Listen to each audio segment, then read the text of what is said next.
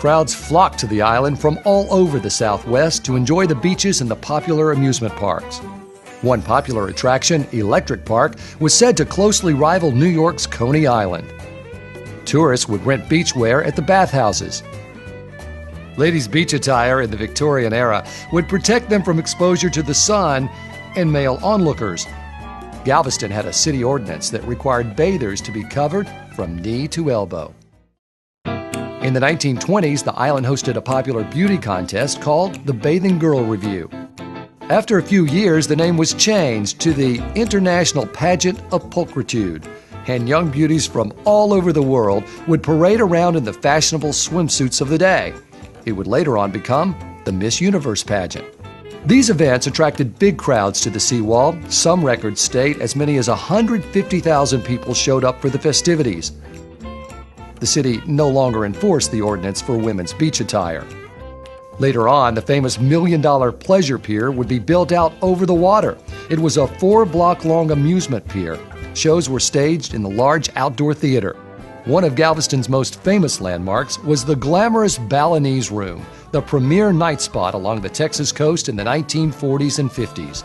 It was built on a huge pier extending out over the Gulf. My husband and I came to Galveston in 1955. Neither one of us had ever lived on the coast, and so we thought that would be a wonderful idea to live on an island. There were 2 gambling establishments in Galveston. The first one was the Hollywood Dinner Club, and then there was another gambling establishment that we found out was the Balinese Room, which was located at 21st Street. It was out on a pier. You would see these big limousines drive up with all the fancy people getting out.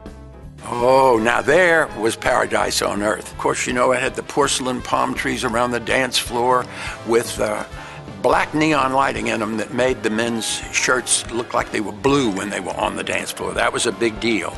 And hand-painted murals of the island of Bali around the walls. And of course, the gambling room was way in the back after you had walked a half a block on that pier to get there. It was it was Art Deco. When you went, you wore your fancy clothes. We saw Phil Harris there, Alice Faye. We saw Bob Hope. Law enforcement had a tough time enforcing the state's anti-gambling laws in Galveston. The local sheriff said he didn't have enough men to raid the places, and if he did close them, business at the island's hotels would suffer. The Rangers would come to raid us, but there was a gal on the front door, see, that had 3 buttons on the floor.